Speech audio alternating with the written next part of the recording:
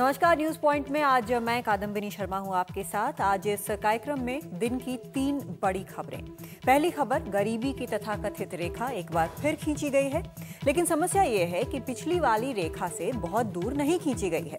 तो क्या समझे, नई सरकार इसी रेखा को मानेगी या इसे कूड़े के डिब्बे में डालेगी? दूसरी खबर, लीडर ऑफ ऑपोजिशन की बदली को लेकर कांग्रेस और बीजेपी में अब जबरदस्त घमासान छिड़ता नजर आ रहा है। अब तो कोर्ट कचहरी की भी बात हो रही है। और दिन की तीसरी बड़ी खबर है, सुप्रीम कोर्ट का शरिया अदालतों के बारे में दिया फैसला, जिस पर अभी भी थोड़ा कंफ्यूजन, कुछ विरोध नजर आ रहा है। आखिर ऐसा क्या कह दिया है कोर्ट ने? तो शुरुआत करते हैं महंगाई और गरीबी की रेखा से। आपको पहले बता दें कि 2011 की तेंदुलकर कमेटी रिपोर्ट और 2014 की रंगराजन कमेटी रिपोर्ट में फर्क क्या है। 2014 की जो रंगराजन कमेटी रिपोर्ट है, उसके मुताबिक गांव में रोजाना 32 रुपए और उससे ऊपर कमाने वाला गरीब नहीं माना जाएगा। शहर में रोजाना 47 रुपए कमाने वाला गरीब नहीं होगा। जबकि तेंदुलकर कमेटी की रिपोर्ट जो आई थी 2011 की, उसके मुताबिक गांव में रोजाना 27 रुपए और उससे ज्यादा कमाने वाला गरीब नहीं, शहर में रोजाना 33 रुपए और उससे ज्यादा कमाने वाला गरीब नहीं माना जाएगा। तो गरीबों की तादाद पिछली रिपोर्ट से लेकर अब तक बढ़ गई है। तेंदुलकर रिपोर्ट के हिसाब से अगर वो गरीबी रेखा हम माने कि वो है गरीबी रेखा, तो 27 करोड़ गरीब देश में हैं। और अगर रंगराजन कमेटी की रिपोर्ट हम मांगे, जिसमें पैसे थोड़े से बढ़ा दिए गए हैं, तो 36.3 करोड़ गरीब देश में हैं।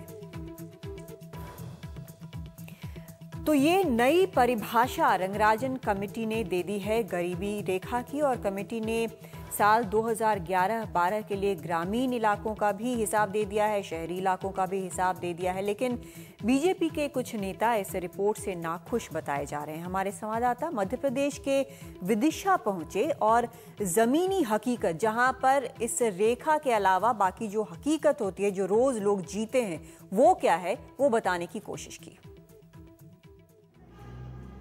सी रंगराजन कमेटी की रिपोर्ट भले ही ये कहती हो कि अगर देहात में रहने वाला कोई शख्स रोजाना 32 रुपए खर्च करता है तो वो गरीब नहीं है, लेकिन बबलू कुमार सरीखे हजारों लोग इस बात से इत्तेफाक नहीं रखते हैं। दिहाड़ी मजदूरी से महीने में 1500 रुपए जुटाने वाले 32 साल के बबलू के ऊपर अपने 2 बच्चे और गर्भवती पत्नी की जिम्मेदारी है।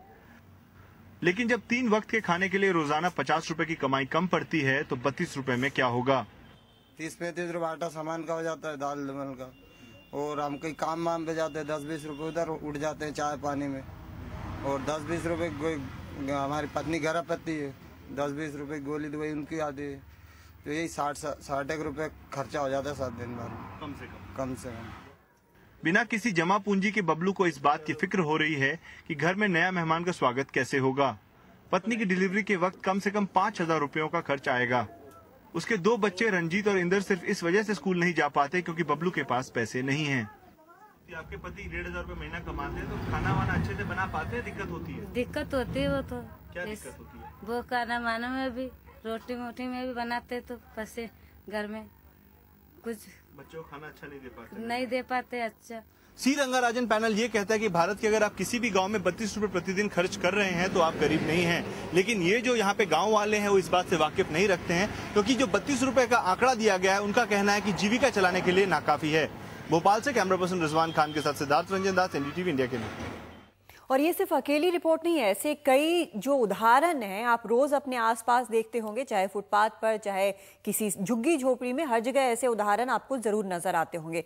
मन में ये सवाल भी उठता होगा कि आखिर ये गरीबी रेखा का डेफिनेशन क्या है, ये लोग ऊपर हैं नीचे हैं, लेकिन ये लोग बेहतर जानते हैं कि आखिर किस मुश्किल से ये रोज जूझते हैं। इस गरीबी रेखा का इनके लिए कोई मतलब नहीं। हिमांशु शेखर हमारे साथ जुड़ रहे हैं, हमारे सहयोगी लगातार इस पर नजर रख रहे हैं। हिमांशु, एक और रेखा खींच दी गई है, जो तथाकथित गरीबी रेखा होती है, जो खैर क्यों इसका नाम गरीबी रेखा मुझे समझ में नहीं आता है, क्योंकि इससे कोई फर्क पड़ता नहीं है। लेकिन जो एक नया डेफिनेशन जो दिया गया है, वो बहुत ज्यादा अलग नहीं है तेंदुलकर कमेटी की जो परिभाषा थी उससे। क्या सरकार जो है वो इस पर गंभीरता से विचार करेगी या फिर जैसा हम बोल रहे हैं इसे क्या कूड़े के डब्बे में डालेगी? क्योंकि अगर इस रिपोर्ट को एक्सेप्ट करती है तो तेंदुलकर कमेटी के ज़माने में जिस तरह से विरोध किया गया था और जिस तरह से खिल्ली उड़ाई गई थी, तो उसी चीज़ को एक तरह से थोड़े से बेहतर फॉर्म में एक्सेप्ट करने वाली बात होगी, ज़्यादा डैमेजिंग होगी सरकार के लिए। निश्चित तौर पर बहुत अहम सवाल आपने उठाया कादम्बनी। देखिए, एक नई लाइन खींचने की कोशिश की है और इसके ज़रिए शायद रंगराजन ये चाहते थे कि पुरानी लाइन को मिटाया जाए, लेकिन सवाल ये है कि मनीष तिवारी जो उस वक्त केंद्रीय मंत्री थे, उन्होंने आज जो बयान दिया इस रिपोर्ट पर, उसमें उन्होंने बहुत साफ शब्दों में ये कहा कि रंगराजन साहब और उनके कमेटी के लोगों को किसी भी एक शहर में जाकर एक दिन बिताना चाहिए तो उन्हें समझ में आएगा कि 47 रुपये की जो सीलिंग उन्होंने अपनी रिपोर्ट में फिक्स की है, अगर 47 रुपये से ज़्यादा पैसे आप कमाते हैं किसी शहर में तो आपको गरीब नहीं माना जाएगा। तो उनको अंदाज़ा होगा कि ज़मीनी हकीकत क्या है, जो अपने आप में एक बहुत सवाल खड़े करता है। और योजना आयोग के एक वरिष्ठ अधिकारी से मैंने आज बात की जो बहुत लंबे समय से 10 साल से ज़्यादा समय से योजना आयोग में काम कर चुके हैं। उन्होंने कहा है कि इस देश की त्रासदी ये है कि आज़ादी के 67 साल बाद भी हम डिफ़ाइन नहीं कर पाए हैं कि हम किसे गरीब कहें, गरीब कौन है, गरीबों की संख्या देश में कितनी है, गरीबी रेखा को कैसे परिभाषित की जाए, उसका पैमाना क्या हो, मापदंड क्या हो, आधार क्या हो। दुनिया में इतने सारे देशों में कोशिश चल रही है, स्टडीज़ चल रही है, रिसर्च चल रहा है, लेकिन हमारे देश में जब भी गरीबी रेखा को परिभाषित करने की कोशिश होती है तो उसके पीछे राजनीति जो है वो ज़्यादा दिखाई देती है ज़मीन पर, न कि अर्थशास्त्र। और इसका असर ये हुआ है कि देश में जो स्टोरीज़ अभी हमारे सिद्धार्थ रंजन दास हमारे कलीग हैं, बहुत महत्वपूर्ण सवाल उन्होंने दिखाया। चुनावों के दौरान भी मैं खुद 100 से ज़्यादा गाँवों में गया था। हर जगह हिंदुस्तान में अब अगर आप ग्रामीण इलाकों में जाएंगे तो एक अलग तस्वीर दिखाई देती है जो सरकारी आंकड़ों और सरकारी किताबों और फाइलों से बिल्कुल अलग होती है कादम्बनी। और उसकी वजह बिल्कुल वही है कि जो गरीब कितने हैं, उनकी संख्या कितनी है, उसको परिभाषित करने की, उनको आंकने को लेकर विवाद होता रहा है और 67 साल बाद भी आज देश में कोई कंसेंसस नहीं बन पाया। इसलिए कोई भी क्या ये माने कि जो जिस तरह से एक रिपोर्ट आई है, जो एक इमेज बिल्डिंग की कोशिश नए सरकार की है, क्या कहीं भी किसी भी तरह से ये आसार लग रहे हैं कि इस रिपोर्ट को मान लिया जाएगा, इसे एक पैमाना माना जाएगा? देखिए, बहुत जल्दबाजी है कहना, क्योंकि अभी पिछले हफ्ते ही हमें बताया गया है कि ये रिपोर्ट सरकार को सौंपी गई है और जब भी इस तरह की कमेटी की रिपोर्ट सरकार के पास आती है तो उसे कंसर्न मंत्रालय के पास, विभाग के पास भेजा जाता है जो उसको स्टडी करता है, स्टडी करके अपनी रिपोर्ट तैयार करता है और उसके बाद फिर सरकार में इंटर मिनिस्ट्रियल कंसल्टेशंस के बाद उस कमेटी की जो सिफारिशें हैं उस पर सरकार में गहन विचार होता है।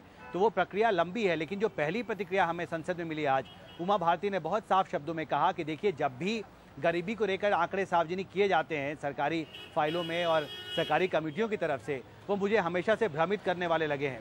यानी ये सवाल उठाया है उमा भारती ने जो कैबिनेट मंत्री हैं, साथ ही एक और कैबिनेट मंत्री जो कैमरा पर नहीं आना चाहते थे, उन्होंने कहा कि अब आज के दिन ये रिपोर्ट लेकर हम क्या करेंगे, क्योंकि उनका इशारा ये था कि सी रंगराजन पूर्व प्रधानमंत्री मनमोहन सिंह की जो इकोनॉमिक एडवाइजरी काउंसिल के चेयरमैन थे, तो उनकी रिपोर्ट को मोदी सरकार कैसे स्वीकार कर सकती है? बिल्कुल अलग मैसेज भी उससे बिल्कुल अलग जाएगा और दोनों ही चीजें एक साथ हो जाती है। एक यूपीए 2 की कम से कम ये विरासत शायद कैरी फॉरवर्ड नहीं करना चाहेगी बीजेपी। बहुत शुक्रिया हिमांशु इस पूरी जानकारी के लिए।